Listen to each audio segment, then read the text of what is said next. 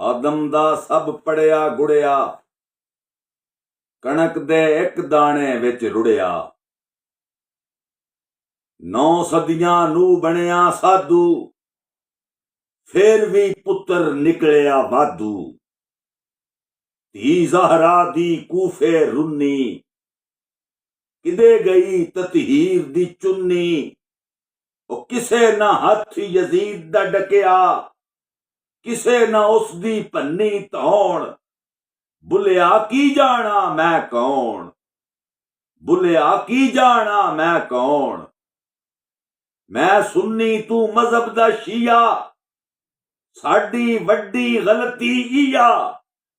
ਠੱਪ ਛੜਿਆ ਈ ਕੁਰਾਨ ਫਕੀਆ, ਉਹ ਨੱਪ ਕੇ ਫਿਕਾ ਕਲਾਮ ਕਜ਼ੀਆ।